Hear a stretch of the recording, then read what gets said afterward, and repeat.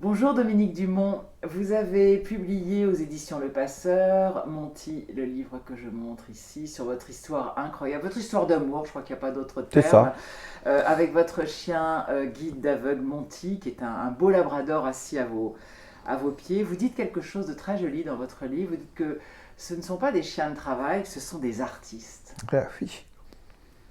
Et notamment, vous dites que c'est un artiste qui vous emmène ailleurs et qui vous ouvre l'invisible. C'est Ben oui. magnifique.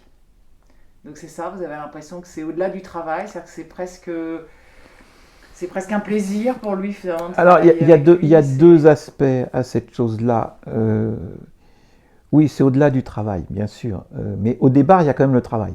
C'est-à-dire que et lui et moi avons été formés à un certain nombre de disciplines, on va dire comme ça. Si on ne les a pas, ça ne marche pas. Mais une fois que tout ça a été acquis par lui et par moi, on arrive à un état de communication tellement spirituel qu'on est totalement ailleurs. On est, oui, c'est ça, c'est une sorte de fusion. Voilà, un artiste, oui. Ce sont des artistes, bien sûr. C'est-à-dire qu'il va il va analyser la rue, pour moi, par exemple, euh, et il va me communiquer toute son analyse. Et évidemment, il y a ce que je vais sentir moi par le biais du harnais. Donc on va dire que ça, c'est technique. Mais il y a aussi tout ce que je vais ressentir par autre chose, par une chose mystérieuse après. De nouveau, comme je vous l'ai dit tout à l'heure, au Moyen-Âge, je suis sur un bûcher, ça recommence. Non, ça s'appelle l'amour, Oui, tout ça s'appelle simplement, je crois. l'amour, oui, Il y oui, a oui. un joli terme pour le dire. Alors justement, vous disiez que vous aviez, il y a un côté technique, il y a des choses que vous Mhm. avez appris. Donc ça, vous en parlez beaucoup dans votre livre et c'est vrai qu'on tombe un peu des nues parce que on se rend pas compte. En fait, c'est en effet extrêmement Oui, technique. c'est ça. C'est fou finalement. Il y a d'ailleurs, vous mettez beaucoup de temps dans l'apprentissage. Hein, c'est Mhm. pas inné. Non. Pour un chien comme Monty, ça représente combien de gestes, de situations, de mots, de... Alors, à l'école, on dit que le chien guide obéit à 50 ordres de base. Déjà 50, C'est c'est-à-dire, déjà beaucoup. j'ai bien dit ordre, hein, c'est-à-dire il y a déjà 50 actions. Et moi, c'est mon premier chien, et je me suis rendu compte au fur et à mesure que le temps passe avec lui, que ça s'affine, et que moi, j'ai l'impression qu'il n'y a pas de limite, c'est-à-dire qu'il apprend de nouvelles choses toujours, et moi avec lui.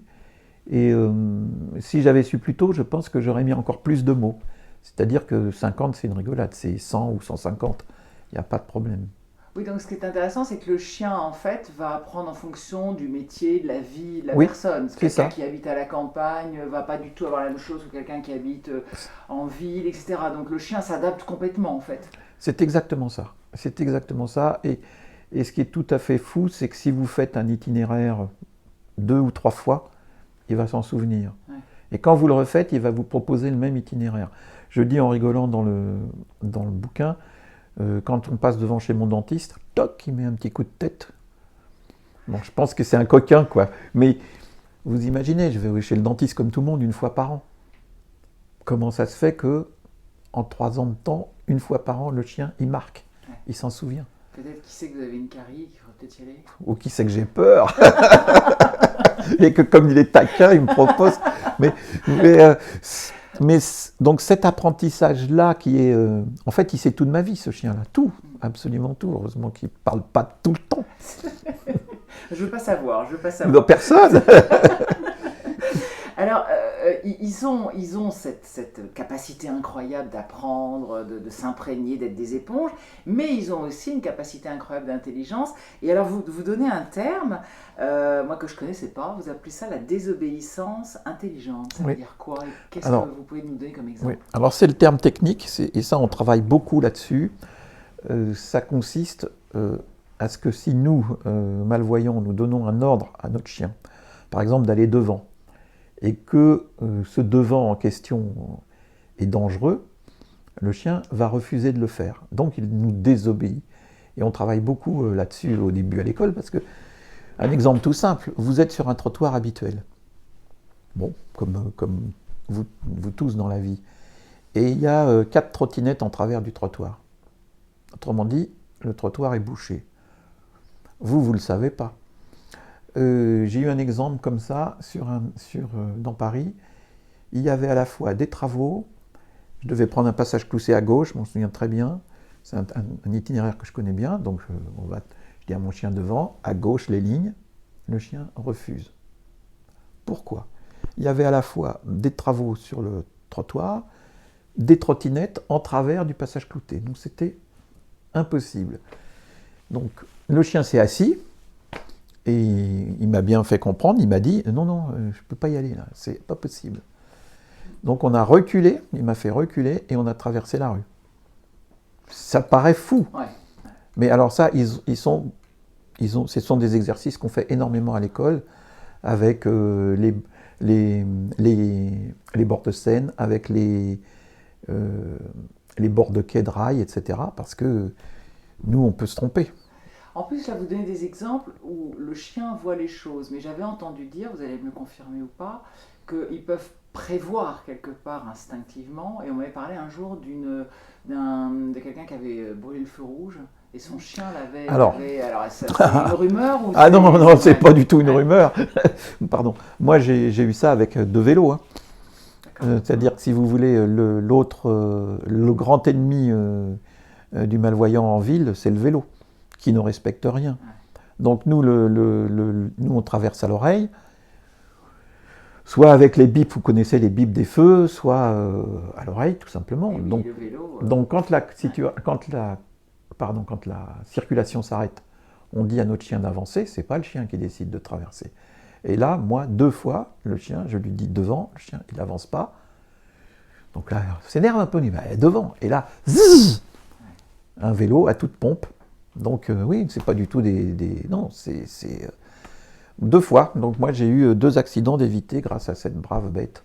Ça veut dire qu'en fait, ce sont des chiens qui sont aussi formés pour réfléchir par eux-mêmes, par rapport à un malinois, qui est un chien d'une intelligence extrême, mais qui est un chien militaire, donc qui, comme nos militaires, quelque part, est obligé d'obéir et parfois quitte à faire des choses qu'il n'approuve pas d'ailleurs, ce qui arrive chez certains militaires. C'est ça, et quitte à risquer sa vie, alors que le nôtre, il va nous protéger de tout, y compris, il va se protéger lui-même aussi, mais moins, parce que moi, mon chien a été attaqué par un chien, et ça, c'était une situation horrible. Parce qu'en fait, comme il était en guidage, il ne s'est pas défendu. Toute son attention, tout son caractère était tendu vers... on avait une rue à traverser surtout, donc on était à un passage clouté, et c'est une dame qui avait laissé son chien échapper, et il a été mordu au sang. Cela dit, le chien, le malinois, il va défendre aussi son soldat jusqu'à la mort. Bien sûr. Vous m'avez parlé d'un maître chien, d'un ancien maître chien, qui vous avait donné la différence. Oui, alors c'est ça. Alors le maître chien, qui est un des grands maîtres chiens de l'école, avait fait 8 ans de chien malinois, de chien militaire. Et il m'avait dit, la grande différence sur l'éducation, c'est que ton chien guide, je lui apprends justement à ne pas forcément obéir, je lui apprends à analyser les situations et à réagir de façon à ce que toi, tu sois toujours en sécurité. Ça paraît fou, mais c'est la vérité. Bon, je pense que vous allez faire très plaisir à tous les gens qui n'aiment pas les disciplines et qui ne veulent pas obéir. Merci. Ouais. Attention, ce chien-là est en même temps très obéissant. Il y a une... Et oui, il y a un subtil mélange des deux. Subtil, parce que si je lui demande de m'emmener quelque part et qu'il ne m'emmène pas, c'est la catastrophe. Donc c'est vraiment ça, pour ça que ce terme désobéissance intelligente est très bien trouvé, parce que c'est vraiment ça. C'est-à-dire que si je lui dis on va à la gare, par exemple, de chez moi à la gare, il m'emmène, et s'il y a un problème, il va s'arrêter, et il va trouver une solution. On vous souhaite une belle continuation de votre belle histoire d'amour avec Monty. Je vous remercie.